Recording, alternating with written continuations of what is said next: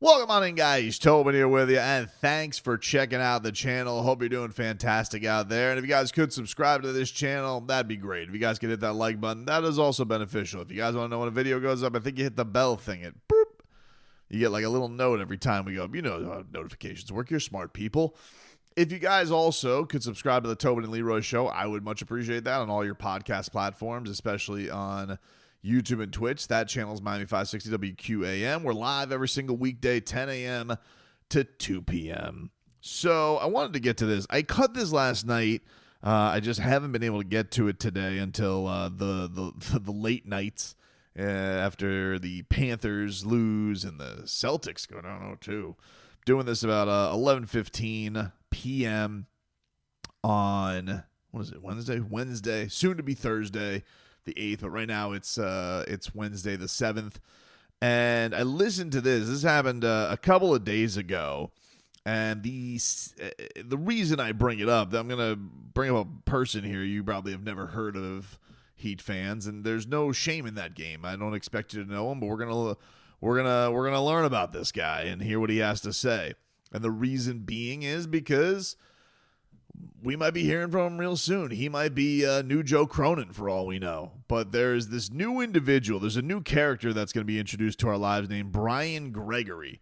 And Brian Gregory is the new Phoenix Suns general manager.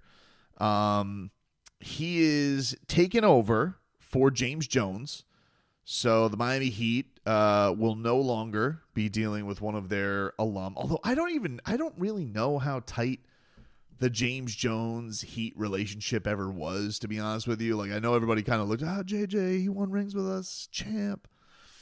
He didn't play as much as he wanted to. It's part of the reason I feel like he was in cahoots with LeBron to get to Cleveland.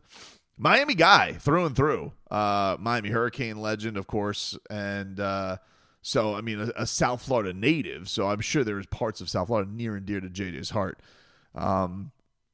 I remember one time we had him on the morning show because he went to elementary school with Zaslow, and he was like, no, the Heat are still my guys. And I'm like, yeah, but they're not your guys because you went off to Cleveland with LeBron.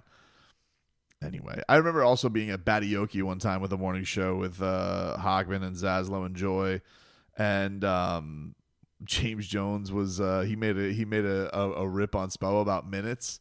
He was Duncan Robinson before Duncan Robinson. I mean, like, that's basically what he was. Now Spo is new James Jones, where like you'll play whatever minutes I see fit, James Jones. So James Jones no longer is in charge of Suns operations. He's still with the Suns. He's in an advisory role, whatever the hell that means. He's advising them on stuff, and I think also the Phoenix Mercury as well. So they haven't fired James Jones, but they have hired this new individual, Brian Gregory. Brian Gregory is a guy who does not have a lot of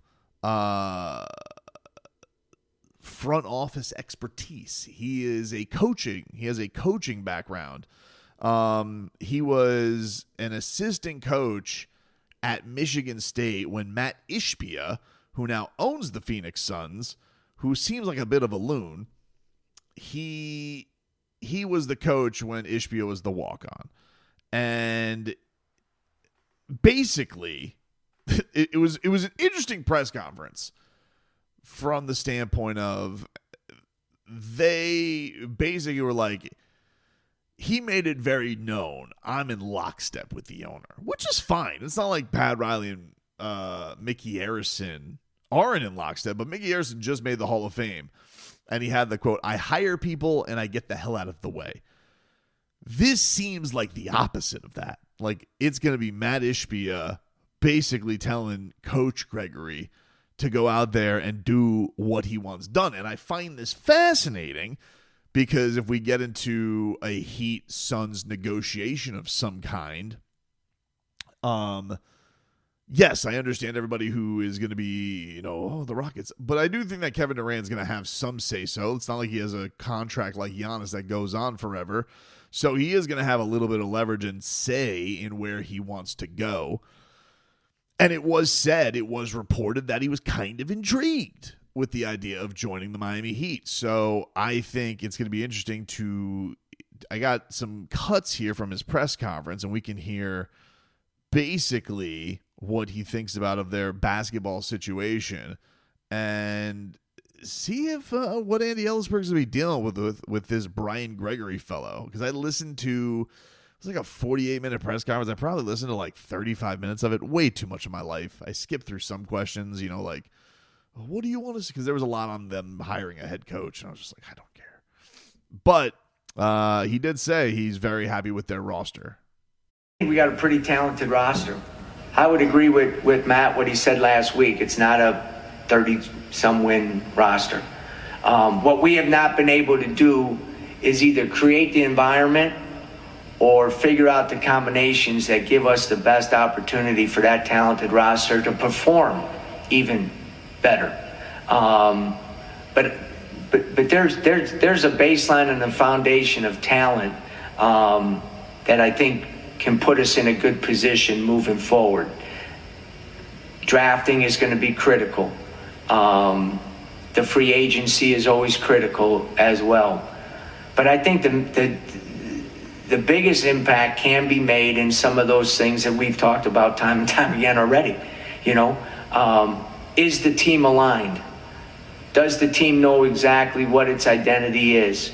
Because when that is added with talent, and then the execution part of that, and if that's added with the talent that we have, we're pretty darn good. How good? That a little bit depends on development during the season and some factors maybe outside of our own control. Yeah, some factors outside of your own control, like Kevin Durant maybe deciding where he wants to go. And again, I don't know where Kevin Durant is going to want to go. I don't know if he is going to make it known that the Heat is the place he wants to go because he was intrigued by going there. I don't know if he's going to want to go back to the New York Well. Seems like he's been there, done that. I don't know if he's going to want to stay in the West because he doesn't want to hammer his head against these same teams over and over and over again. He'll probably have some changes in the East next year. Doesn't mean that the Heat are in the catbird seat or anything like that. But this guy, I mean, look, I listened to a lot of that. I was like, man, this guy is like saying a lot of, it's like words mean words. He is just giving you, welcome to word salad buffet when it comes to Brian Gregory. He goes, quote, Matt and I are a team. We are completely aligned as general manager. It's my job and responsibility to see the day-to-day operations, but I report to Matt Ishbia. He's an owner that is involved, and I like that. He's empowered me to build this team. He hasn't empowered you, dude. You're gonna do his big. See, this is the thing, though. It's interesting because you got a new-ish owner who made his big splash at Kevin Durant. It didn't work out, and it didn't work out because he went too cute and he tried to trade for Bradley Beal too, and it was a disaster. Now their only out is to pull the grenade and to trade Kevin Durant. I'm sure they wouldn't want to trade Kevin Durant. I'm sure they'd love to be in any other direction, but they're kind of stuck. They weren't very good. And the reason why like Giannis or Kevin Durant will look around, it's just because like, hey, Kevin Durant, do you want to sit and be in another miserable year? He says harbor an environment being on the same page. Like their coaching situation has been a disaster. Ishbia's already fired 2 coaches. I think they're paying 4 of them. I think they're still paying Monty Williams. So all of this is to say, you're going to be dealing with a team that is scrambling here. It's a little tough to know because they're already in a sunk place, what they're going to be like in negotiations. But I'm going to tell you something right now, Andy Ellisberg. Since you're on these trade calls, you better fleece this man. I mean, this is a tadpole GM, and I would hope that the sophistication, you guys weren't able to get it done with the Damian Lillard thing. And I get it. You can get checkmated a little bit if Houston just comes in here and goes over the top. But it hasn't been thought of that Kevin Durant is going to get a king's ransom at his age. That's what he's going to get some Giannis package. And I'm hopeful that this guy, this Brian Gregory, former coach, who apparently like is really cool with Devin Booker. He like recruited him back in college before Devin Booker was too good to go to his college. Not Michigan State. I think he was at a smaller school at that time. But yeah, man, that was like, whew, this guy's like, we get it. You love Ishbia.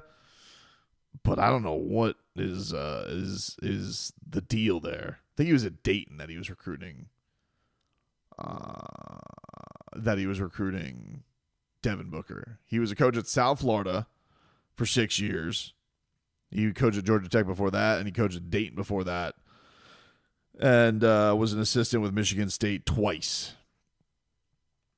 That's his resume. Not a lot of basketball operations. Now, he'll say, I was around with all this stuff last year. It's like, yeah, well, last year sounded like a disaster. I don't know how that makes the Heat, how that should make the Heat fan feel. But this is what it took him somebody actually a while in this press conference to ask him, which probably the most is like, hey, are Bradley Beal and Kevin Durant going to be on your team next year? And this is how he danced around that. Brian, Cameron Cox, 12 years. Congratulations. Thank you. I know it's just the first. Thank you. There's a lot to go this summer, but do you envision Bradley Beal and Kevin Durant on this roster next season? I never talk regarding players, contracts, movement, anything like that. I will tell you this. I have a very, very good relationship with both those guys. Kevin gave me a nice hug in the weight room the other night when the thing came across Twitter. Had a great dinner with Brad Beal last Thursday, I think it was, and we talked a little bit about summer plans and different things like that. My main focus right now, to be honest with you, is finding the right head coach for those guys. That's and getting prepared for the draft, and that's where my mind is at. 20 hours of the 24 hours a day right now. Okay, so they're gone. Like, glad that you got a hug.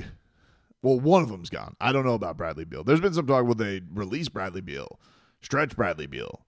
Because Bradley Beal doesn't feel like he's going anywhere. Like, Bradley Beal was on the Wizards, dude. Like, he was on the depths of hell.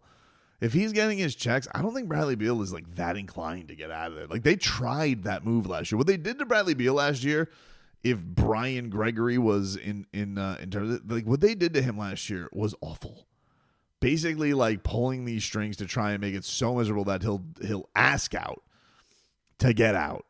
Not that you could have forced anybody to take his albatross contract. Anyway, I say this to somebody, by the way, who really likes Bradley Beal's game. If you weren't locked up to his deal the way that you were, like, there are worlds. There was times when I would have loved the Miami Heat to add Bradley Beal. Even if they would have done it last year, with the whole contract being what it was with the no trade, if he would have waived it, yeah, I would have. If that would have been their plan B, I don't. And the thing that would have been always interesting with the Bradley Beal, because now it's damage is done. It would have always been interesting if the Heat didn't think they were going to get Damian Lillard, because I think part of what happened last year, because Beal had put some light on this, that they went to Pat went to Mickey and Mickey wasn't ready to do it. They wanted to waive the no trade clause. But you also got to remember the Heat thought they were getting Damian Lillard. Like, I think they really thought, like, hey, that's going to break our way. And Damian Lillard, Bradley Beal, like, they've never been closest players. Like, Dame is a better player.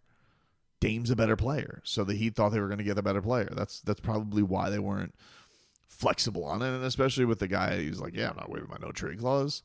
And he loves having it. Like, this is like, hearing interviews with Bradley Beal about, like, he loves having influence and having the no trade clause and kind of getting to march to his own beat, and he loves that stuff, dude. The winning stuff, not everybody wants to win rings, dude. Like, it's one of the things that's interesting is we assume everybody is built to go win championships. Hey, some guys are cool making $55 million, scoring a lot of points, and going home and enjoying life. And you want to know something? They want to enjoy it in a nice-ass city like Phoenix.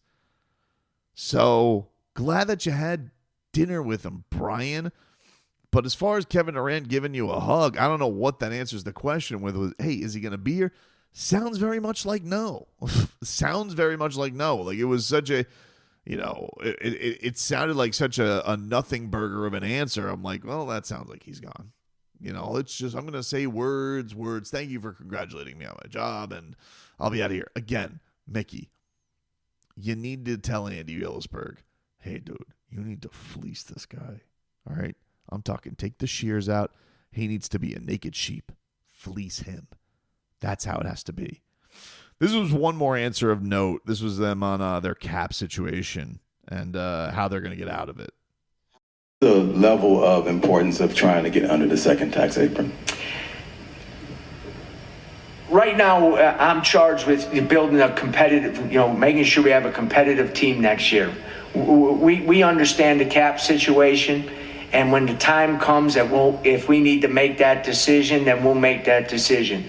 And the one thing I can tell you is this. Whenever you see a decision by the Phoenix Suns, whatever it is, whatever it's pertaining to, you can mark it down. That's a line decision. That everybody is on the same page on that decision. And I think that's critical. Except Kevin Durant. There are times when decisions are made and maybe there isn't that alignment. And if things don't go well, then I never thought, that ain't happening here. That is not happening here. So when we make that decision regarding the cap and the second apron and what we do, that will be an aligned decision. All right, there you go. That's Brian Gregory. Like, you guys see what I'm saying when I'm like, this guy seems a little in over his head. Like, I don't mean, I'm a pretty good grader of press conferences. That was a solid C-.